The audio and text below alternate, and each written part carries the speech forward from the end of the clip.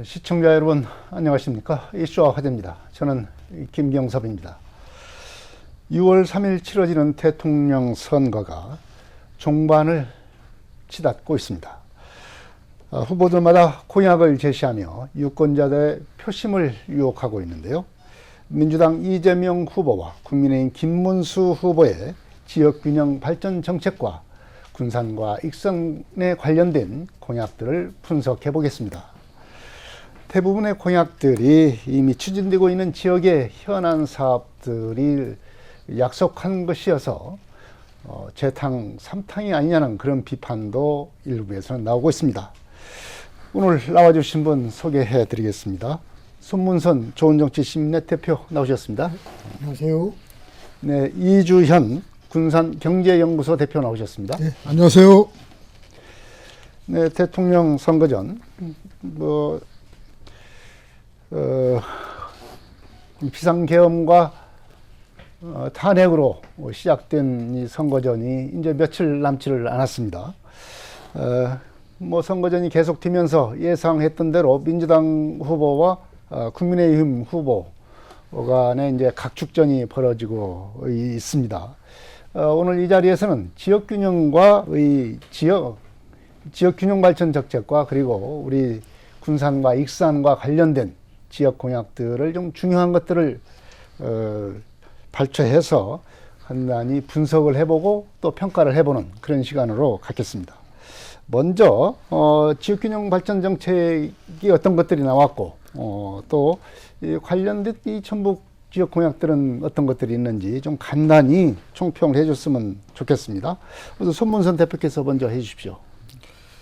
예, 민주당 이재명 대선 후보는 자치분권 실현 및 세종 행정수도 완성 추진, 5극 3특 중심 국가 균형발전 추진하는 균형발전에 대한 공약을 제시를 했고요. 네. 국민의힘 김문수 후보는 GTX로 연결된 나라를 만들어서 국토 균형발전을 이루겠다 이렇게 공약을 했습니다. 양당 후보의 지역 균형발전 공약을 살펴보면 국회의사당, 대통령 직무실, 세종시 이전 이런 것들은 거의 비슷하고요. 네. 초광역권 메가시티 조성이나 제2공공기관 이전은 거의 이재명 후보나 김문수 후보나 동일하다고 할 수가 있습니다. 네.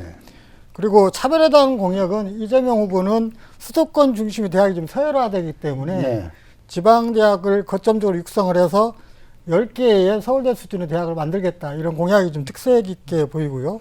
지역 화폐도 이제는 논란이 그동안 많았잖아요. 의무화하겠다 이렇게 말씀을 했고, 김문수 후보는 GTX 전국 5대 광역권까지 확대해서 균형 발전 이루겠다 얘기했고 메가프리즌을 조성하겠다 이렇게 돼 있는데, 김문수 후보의 GTX 5대 광역권 확대에는 전북은 공격도 빠져 있습니다. 네. 그러니까 아쉬움이 남고 있고요.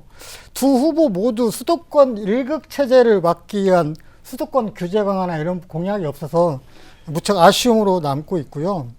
전북 공약 같은 경우는 양당 후보가 좀 차별화된 것도 있지만 같거나 비슷한 공약이 많습니다. 2036년 하계올림픽 유치 지원이나 농생명 분야, 새만금 분야, 그리고 광역교통망 분야 거의 비슷하게 공약을 제시됐고, 좀 특색 있는 것은 이재명 후보 같은 경우는 호남 전역에 알리백 산업단지를 구축하겠다, 국립대 의대를 신설하겠다, 제2경찰학교를 남원에 유치하겠다고 했는데 이거는 또 충남 아산하고 겹치는 부분이 있습니다. 김문수 후보는 컨텐츠 복합단지, 그다음에 새만금 제2국가산업단지 이런 부분을 공약을 했는데, 전북 공약 같은 경우가 두드러지게 큰 차이가 보이지 않고 있고요. 아마 큰 차이가 보이지 않는 이유가 전북도나 각 시군의 민원성 공약을 각 정당이 그대로 받다 보니까 이런 공약에서 특색이 좀 두드러지지 않는다 이렇게 평가를 하고 있고요. 네. 앞으로 공약이 현재 제시된 공약이라도 정치권이나 그다음에 행정에서 적극적 노력을 해서 꼭 달성을 했으면 좋겠다 이런 생각을 합니다. 네.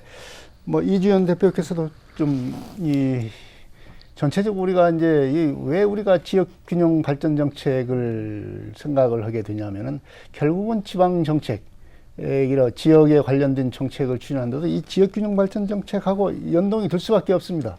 그래서 이제 우리 지역균형 발전 정책하고 전북 지역 공약을 좀 조금 늦게 실고 있는 의미가 있는 대목이다라고 하는 부분을 좀 말씀해 주시고 평가를 좀 해주시면 좋겠습니다. 두 후보의 공약을 이제 저희가 전체적으로 보면은 아까 손 대표님이 말씀하셨지만은 이제 지역 균형 발전의 경우에는 대통령실의 그 세종 이전과 네. 또 그 5극 3특의 네.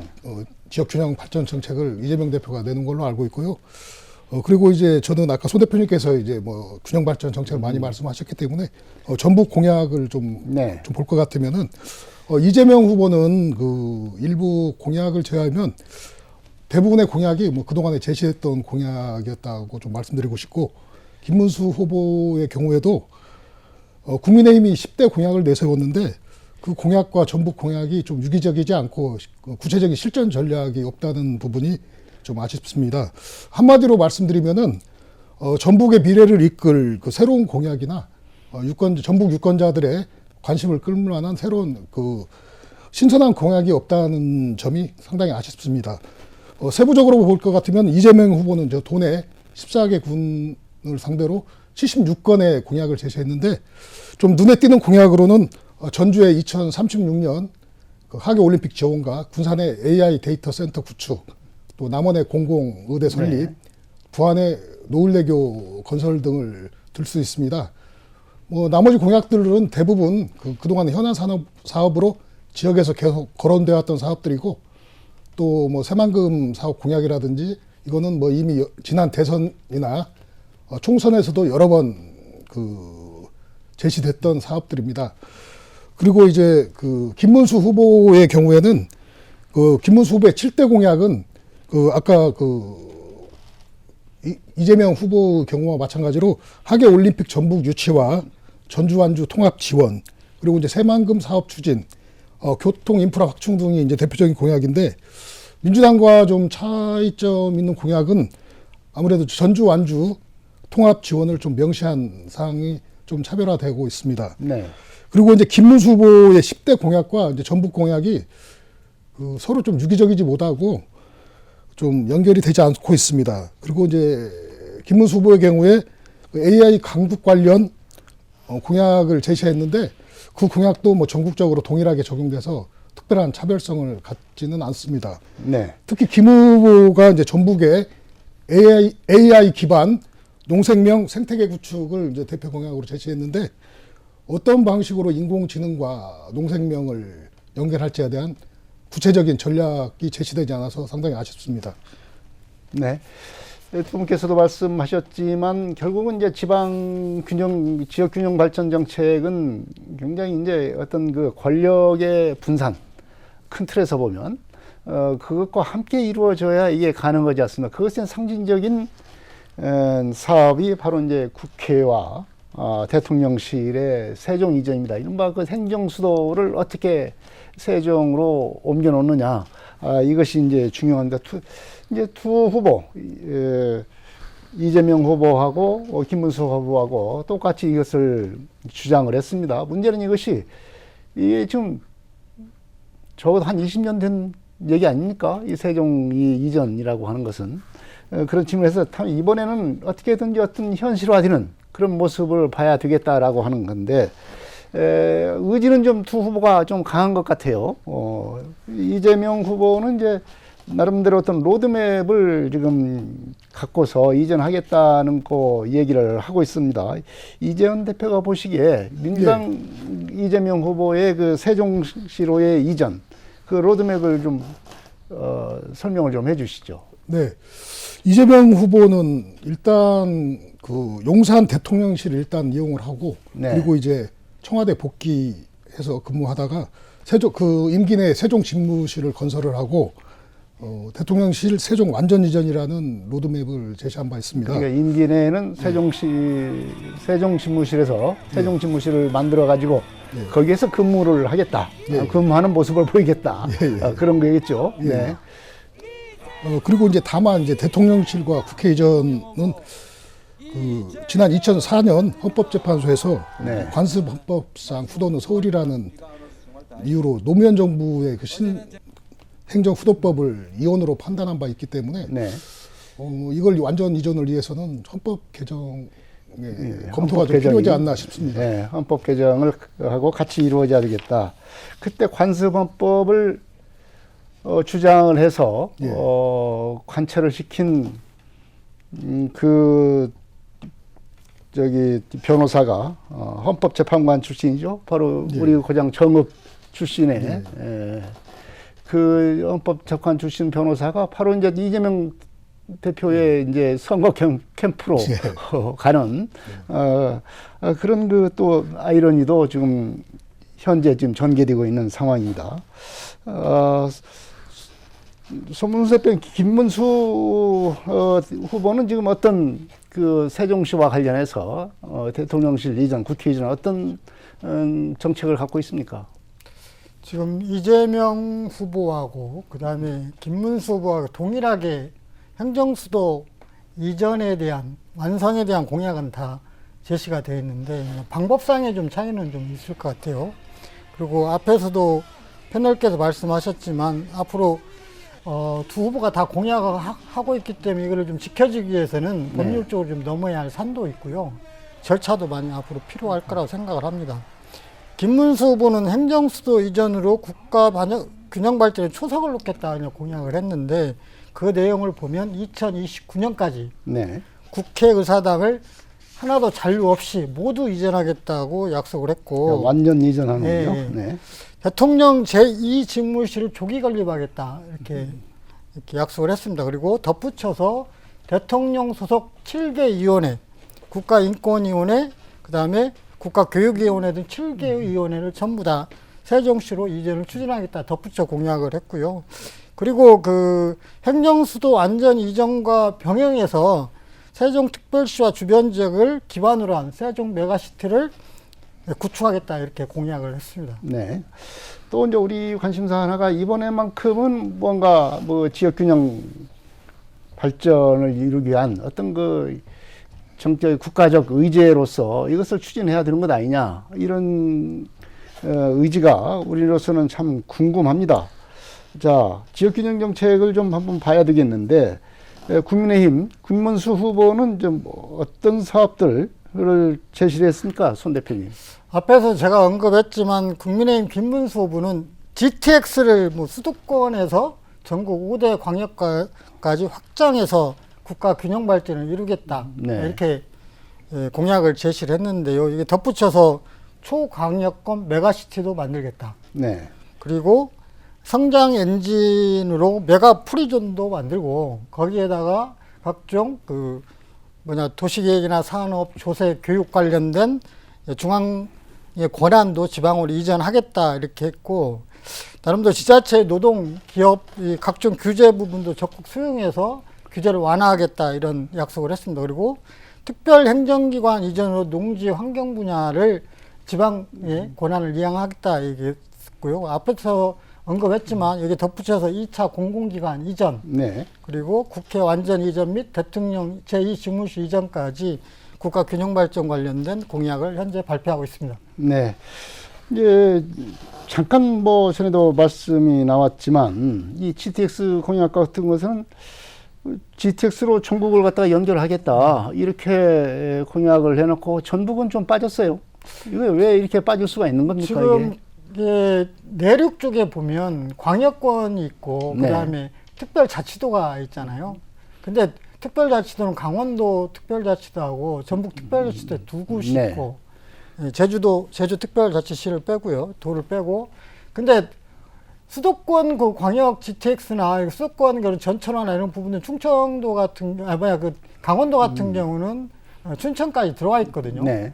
근데 GTX 같은 경우를 보면 꼭 유독 전북만 빠져 있어서 전북이 섬나라냐 이런 도민들의 그런 비판도 많이 있고요.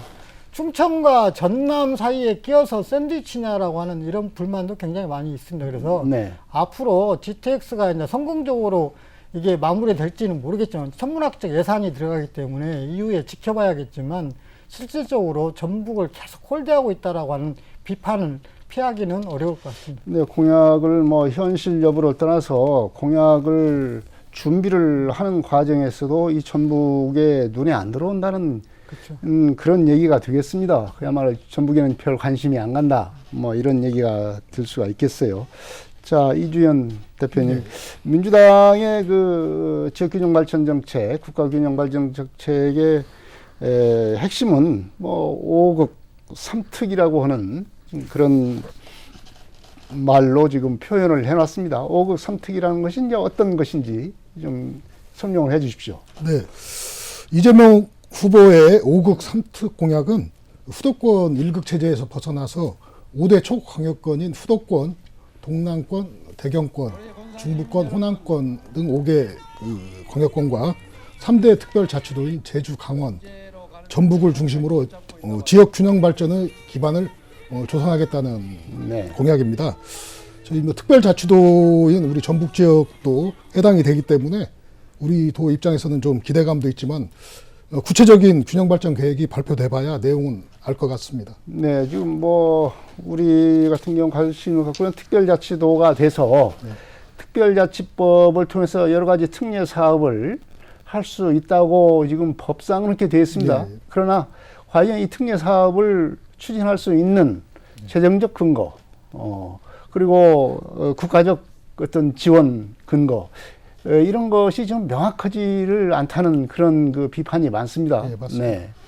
이런 것이 이제 그야말로 담보가 돼야, 특히 그 재정적인 문제, 이런 문제를 해결을 해야 이런 특례 사업들이 제대로 추진될 수 있지 않을까. 새 정부에서는 이런 측면에서의 기대가 상당히 커질 수밖에 없는 그런 상황인 것 같습니다. 자, 이제 지금까지는 뭐 우리 지역균형 발전 정책과 여러 가지 그 세종시 행정 수도 관련 문제, 이런 문제들을 우리가 얘기를 해봤는데, 이제 좀 좁혀서 군산과 익산의 그 후보들이 내놓은 정책을 우리가 한번 따져봐야 되겠습니다. 이제 우선 이재명 후보가 발표한 공약 중에서 좀 눈길이 가는 것이 서남에 한 재생에너지 고속도로를 약속을 했습니다. 서남해안 재생에너지 고속도로랑 우리가 지금 한참 건설하고 있는 태양광, 풍력 발전, 이런 것을 어떻게 그 사용을 해야 될, 국가적으로 분배해서 사용을 해야 될 것인가, 이런 부분에 대해서 얘기를 좀 한 것 같아요. 우선은 재생에너지 고속도로가 이제 어떤 정책인지 말씀을 좀 해주십시오, 이 대표님. 네, 이재명 후보의 재생에너지 고속도로는 그 전력망과 그 산업지대의 재생에너지 부족을 동시에 해결하기 위해서 내놓은 공약이라고 생각합니다. 서남해안 재생에너지를 전력망을 통해 산업지대로 송전해서 재생에너지 생산지와 그 수요처인 산업지대를 연결하는 전력의 고속도로 사업입니다. 2030년까지 서해안 에너지 고속도로를 완공하고 2040년까지 한반도를 U자로 잇는 해상 전력망 구축을 목표로 하고 있습니다. 네, 이제 이 전력망 구축한다는 것은 뭐 전력을 생산하면 전력망 구축하는 것은 당연한 것 아니겠습니까? 예, 그렇습니다. 이제 그래서 이제 이렇게 서남해안에서 발전한, 생산한 전기를 어떻게 쓰느냐, 관심은 우리가 거기에 있습니다. 예. 그렇게 되면은 우선 그 지역별로 차등화, 전력 요금을 지역별로 차등화하겠다는 그런 내용이 있습니다. 예. 이 차등화라는 대목이 말하자면 이 생산지와 소비자의 전력 요금 차이를 갖다가 두겠다, 이런 뜻인 것 같아요. 이렇게 얘기를 한 것 자체가 어떻게 보면 상당한 함의가 있는 것 같다, 이런 생각이 듭니다. 이 대표님 어떻게 보십니까? 이런 부분에 대해서. 이제 전력 요금 차등화. 이제 사실 저희 이제 그 전북이라든지 그 서남 해안권에서 지금 사실은 저희 그만큼 기업들이 입주해 있지 않기 때문에 대부분의 생산된 전력을 수도권으로 지금 그렇죠. 거의 전송하고 있고, 또 그에 따르는 또 비용들인 뭐 송전탑 건설이라든지 여러 가지 사회적 문제가 지금 발생하고 있습니다. 네. 그래서 저는 이번 공약이 좀 아쉬운 게, 뭐 물론 이제 지역별 전력 요금제 적용도 중요하지만 그런 기업들을 저희 전북으로 그 재생에너지 생산지인 네. 전북으로 좀 유치해서 할 수 있는 공약들을 좀 발표했으면 하는 아쉬움이 좀 있습니다. 좀 더 강하게. 예, 예, 예. 예, 말하자면 이제 전력요금 차등제라고 하는데 그런 것에 좀 염두를 둔 그런 예. 정책이 아닌가 이렇게 생각을 할 수 있을 것 같아요. 예, 사만금 그린 산단이라고 알리백단지를 추진한다고 해서 지난 문재인 정부부터 계속 추진했다가 윤석열 정부에서는 거의 중단된 사업이 있습니다. 이런 거랄지. 또 SK AI 데이터 센터를 새만금에다가 하기로 협약까지 기업 대표 회장까지 와가지고 협약까지 했습니다. 그것도 네. 지금도 안 되고 있어요. 예, 예. 그러면 이런 그 재생에너지 고속도로라고 하는 정책에 따르면 이런 부분에 대해서는 다음 정부에서는 실현이 될 수 있을까 이런 기대를 갖게 합니다. 어떻게 보십니까? 네.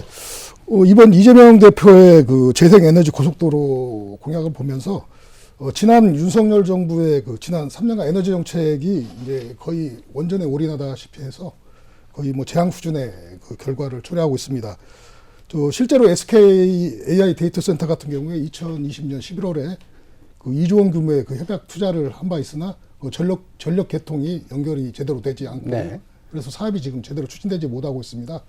이번 그 이재명 대표의 재생에너지 고속도로 공약이 만약에 이행이 된다면은 그 아리백 단지나 그 SK AI 단지 추진에 큰 힘이 될 것으로 생각을 하고 있습니다. 네.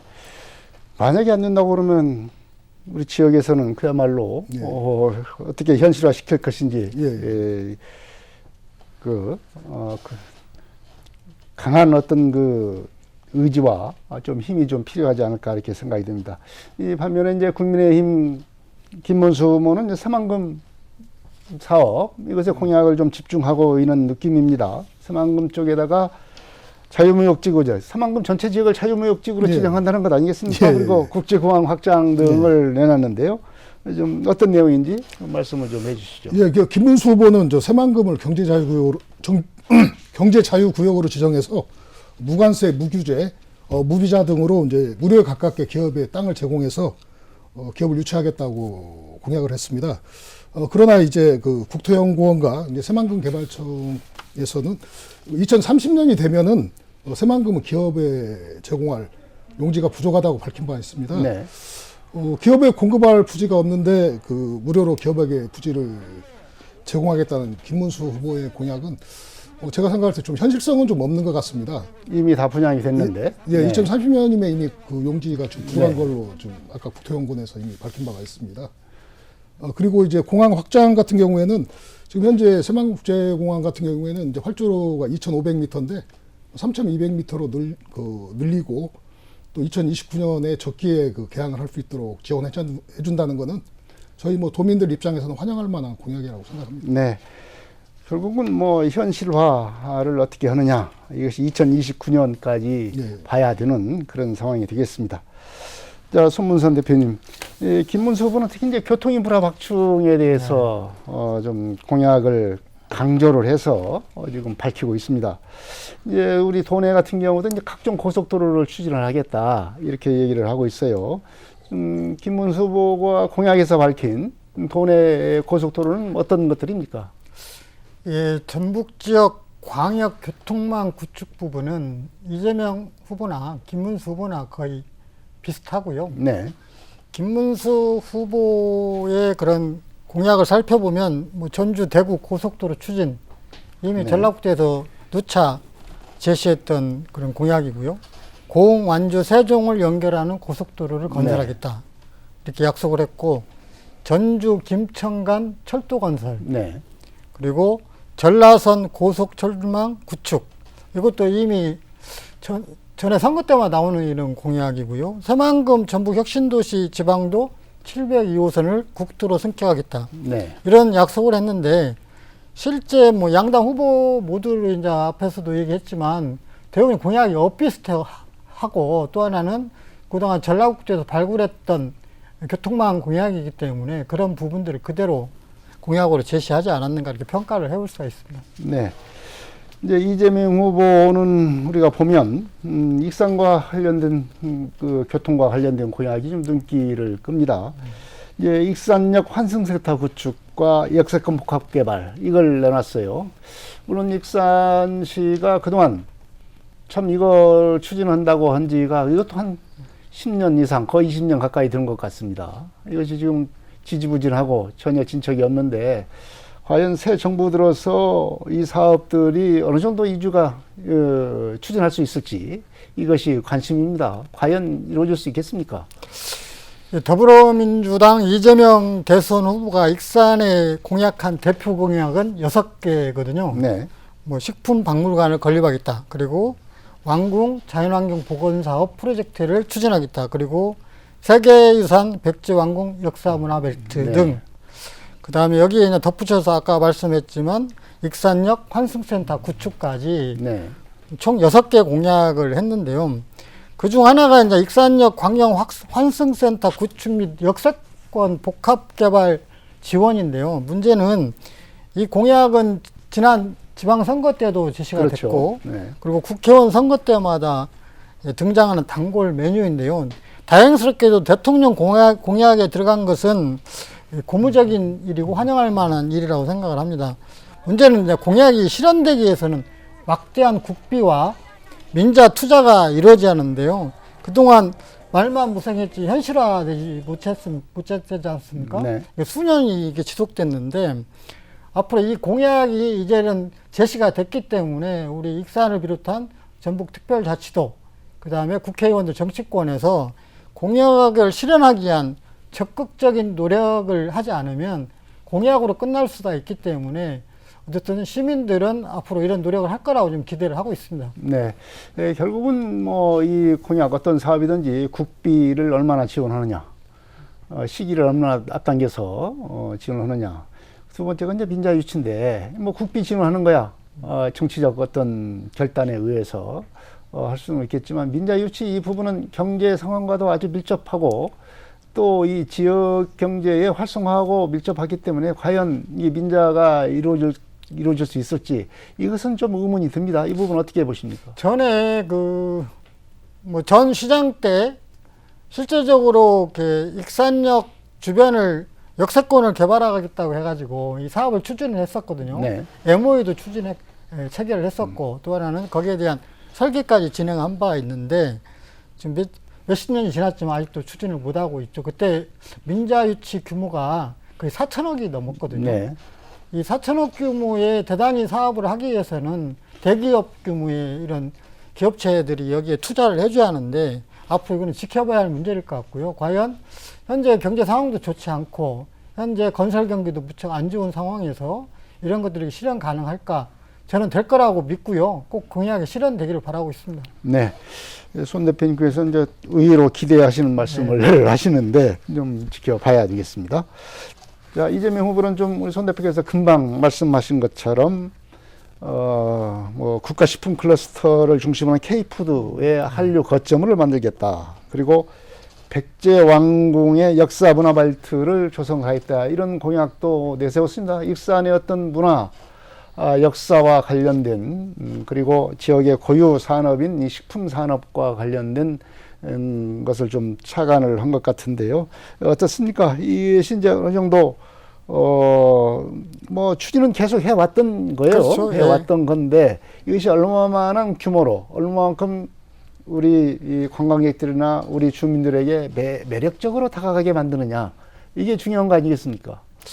이게 전 정부 때 익산에 뭐 국가식품 클러스터 2단계를 진행하겠다고 했는데 아직도 경영심사하는 수준으로 삽도 못 두고 있잖아요.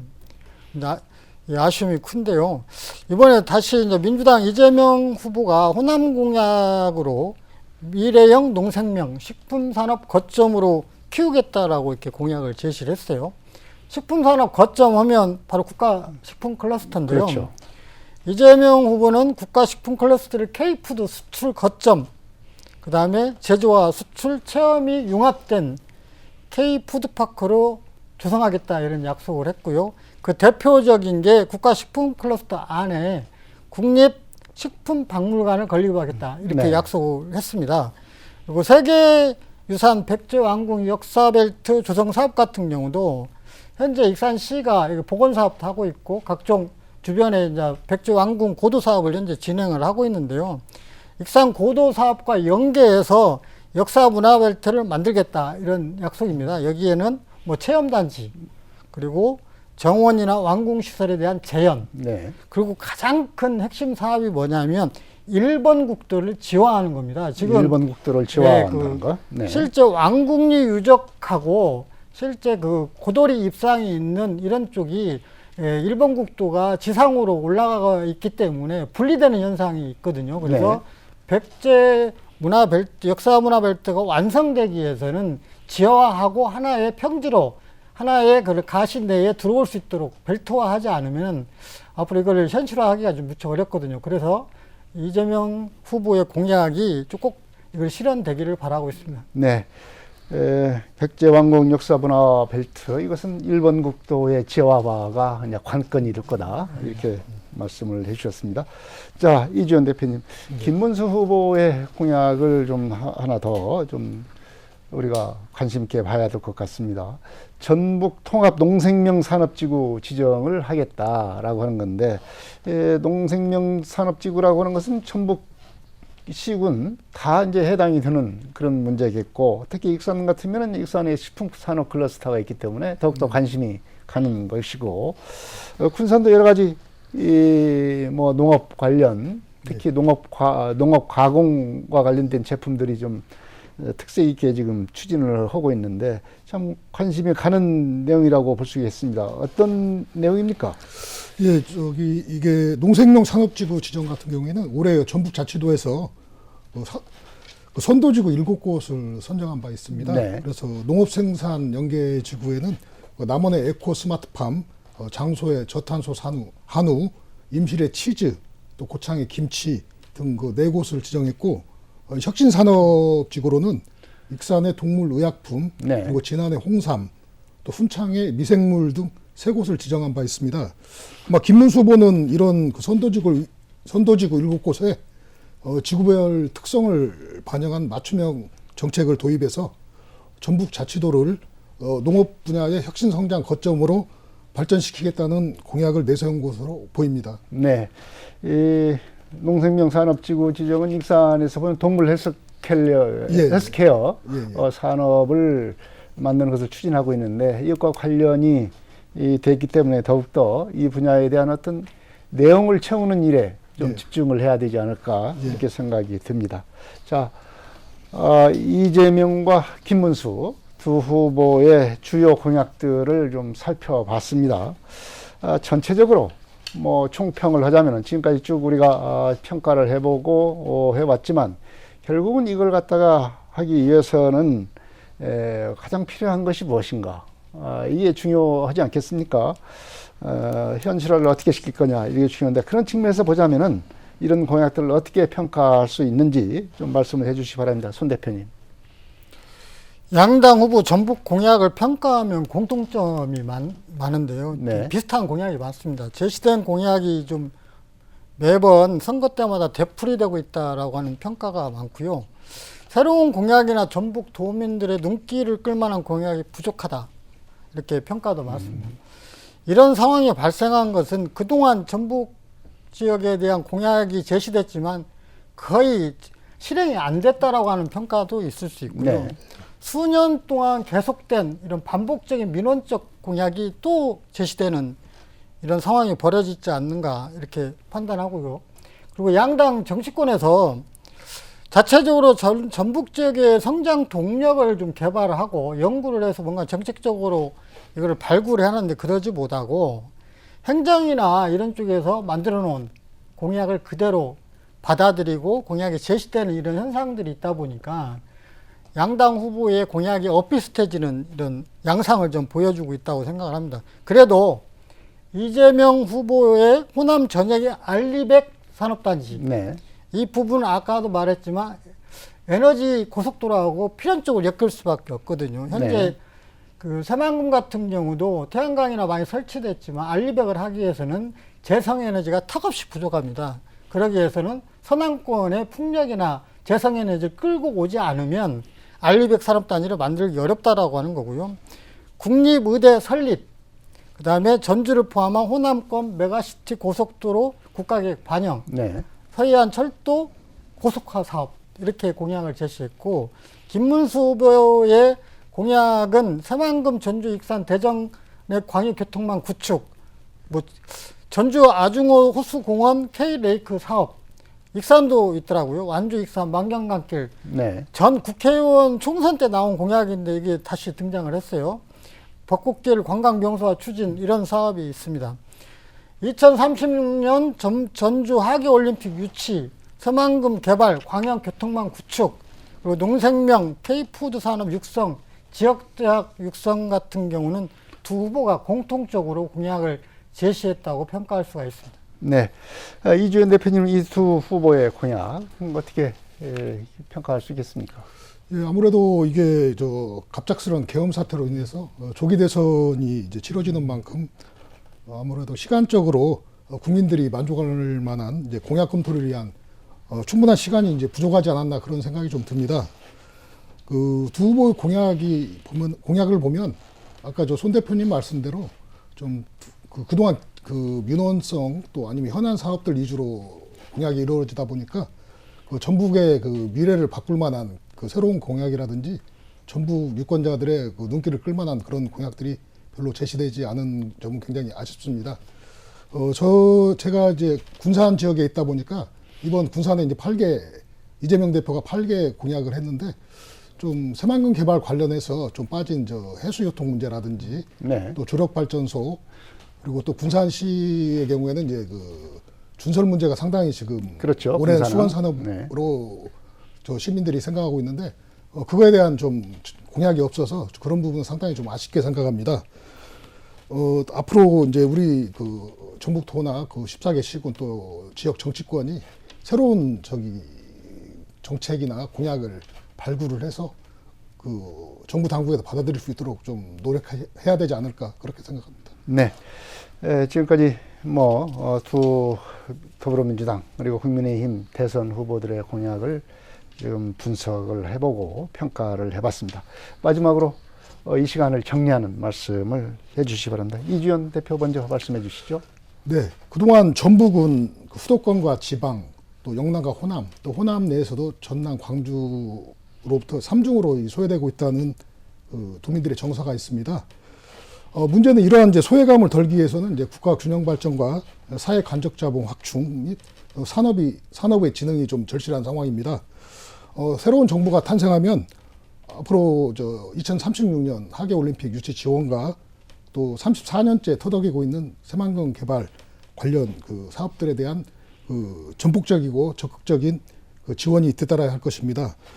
이를 위해서는 이제 전북 자치도 또 지역 정치권과 도민들이 중앙 정부를 설득해서 전폭적인 지원을 이끌어내야 하면 물론입니다. 이번 대선을 통해 3중 소외에서 벗어나서 대한민국의 미래를 이끄는 전북 자치도가 되는 계기로 삼기를 바랍니다. 예, 감사합니다.